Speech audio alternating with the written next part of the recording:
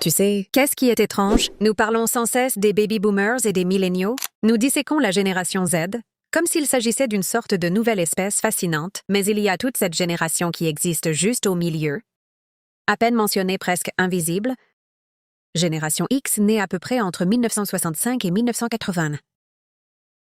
Ce sont vos collègues plus âgés qui ne se plaignent jamais, tes parents qui semblent étrangement détachés parfois, les gens qui ont construit Internet mais qui ne publient pas sur leur petit déjeuner, et voici ce que personne ne vous dit. Leur psychologie est probablement le plus incompris de toute génération vivante. Ils étaient la première génération d'enfants clés en main à grande échelle. Imaginez que c'est 1978. Tu as 8 ans et tu rentres dans une maison vide parce que tes deux parents travaillent. Pas de smartphone, pas de caméra en anneau, aucun moyen pour quiconque de vérifier si tu vas bien. Tu te laisses faire une collation. Fais tes devoirs seul et attends. Une étude publiée dans l'American Journal of Orthopsychiatry trouvait qu'en 1984, environ 7 millions d'enfants âgés de 5 à 13 ans étaient régulièrement sans surveillance après l'école. C'est une génération entière. Apprendre que vous ne pouvez pas toujours compter sur la présence de quelqu'un, cette maison vide a fait plus que les rendre autonomes. Il a foré l'idée que les actions ont des conséquences réelles, ceux dont vous ne pouvez pas vous sortir, quand leurs parents se sont finalement présentés. « Tu as toujours su où tu en étais ?» Les règles frappent fort et vite. Personne ne se souciait de ce que vous ressentiez ou ne voulait en parler. Sortez de la ligne et vous l'avez payé sur le champ. Psychologiquement, cela a créé ce que les chercheurs appellent un environnement de contingence élevé, où les actions et les résultats étaient directement liés, sans temps tampon. Votre cerveau a appris à prédire les conséquences en temps réel. C'est pourquoi la génération X a tendance à penser 3 pas en avant. D'une manière qui déroute les jeunes générations, la génération X a grandi en regardant leurs parents parler d'un grand match sur la stabilité, puis fait demi-tour et augmenté les taux de divorce. À travers les années 70 et 80, ils ont vu des gens tout donner aux entreprises uniquement pour obtenir des feuillets roses. Quand la prochaine série de licenciements a frappé, tout le monde leur a dit de travailler dur. Suivez les règles et la vie s'arrangera. Mais ensuite, les règles ont juste changé juste devant eux. Donc, ouais, les psychologues pourraient appeler ça du pessimisme défensif. Mais la génération X, ils appellent ça être réaliste. Ce n'est pas qu'ils soient cyniques exactement. C'est plus comme s'ils avaient construit cette armure émotionnelle. Ils croisent les doigts pour de bonnes choses. Mais au fond, ils s'attendent à ce que le tapis soit retiré. Parce que honnêtement, c'est ce qui n'arrêtait pas de se passer. Et c'est une grande raison pour laquelle vous les entendez à peine sur les réseaux sociaux. Ils ont grandi à une époque où la vie privée était tout simplement normale. Quand tu as raté quand tu étais enfant, peut-être qu'une poignée de personnes savaient, et c'était que pas de téléphone, pas de vidéo virale, juste quelques souvenirs gênants dans un sous-sol ou un parking. L'idée de faire exploser votre vie pour que des inconnus la voient, cela ne leur semble pas excitant. C'est risqué. Il ne s'agit pas de ne pas avoir de technologie. Il s'agit d'apprendre très tôt que moins les gens en savent sur vous, plus vous êtes en sécurité. La génération X a essentiellement transformé l'ironie en bouclier. Crache une blague, garde les choses à la distance, riez-en avant que ça pique. Vous pouvez voir exactement d'où cela vient? Ils ont grandi dans l'ombre de la guerre froide.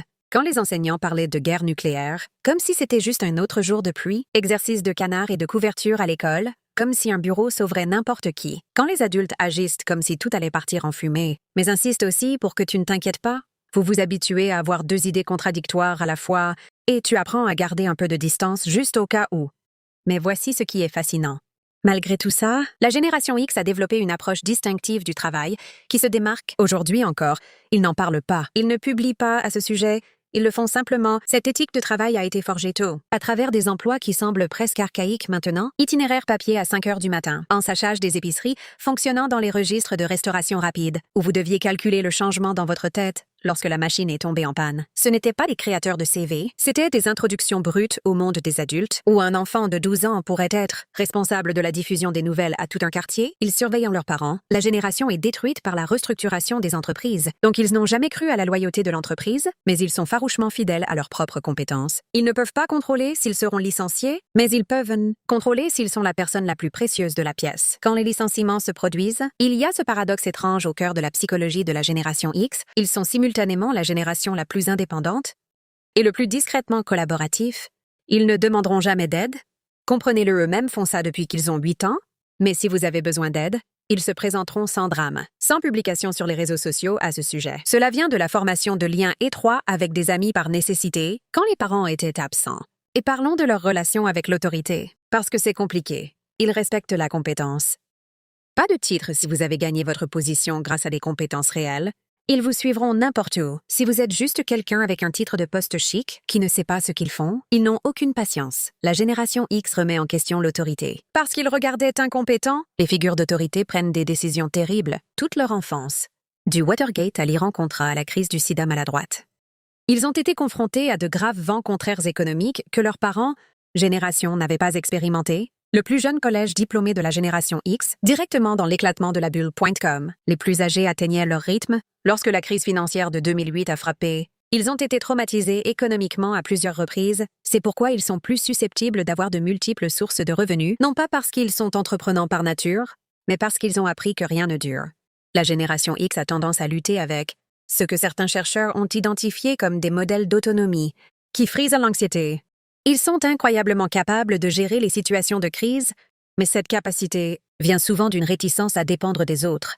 Une recherche dans le Journal of Adult Development montre que la génération X rapporte des niveaux inférieurs de recherche de soutien social pendant les périodes stressantes, non pas parce qu'ils n'ont pas de personnes à qui demander, mais parce que demander donne l'impression d'admettre sa défaite.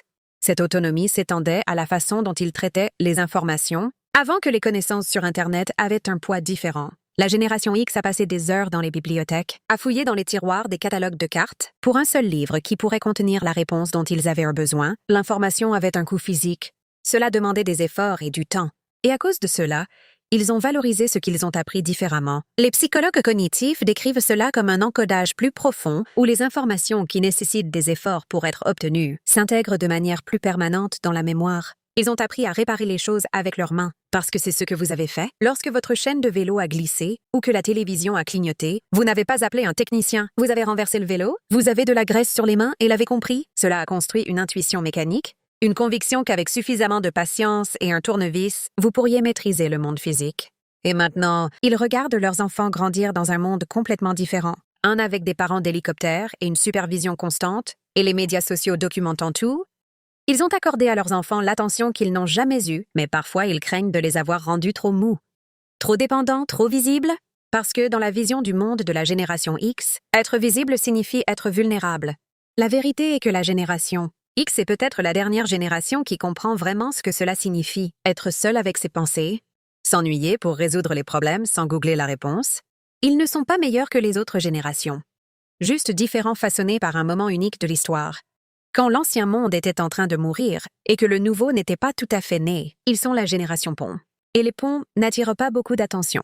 Ils sont juste là à faire le travail, tenir les choses ensemble en n'attendant rien en retour.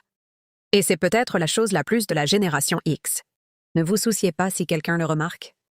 Si cela vous convient, veuillez vous abonner. Et si vous voulez soutenir ces plongées profondes, appuyez sur ce bouton d'adhésion pour devenir membre de la chaîne. J'apprécierais vraiment votre soutien.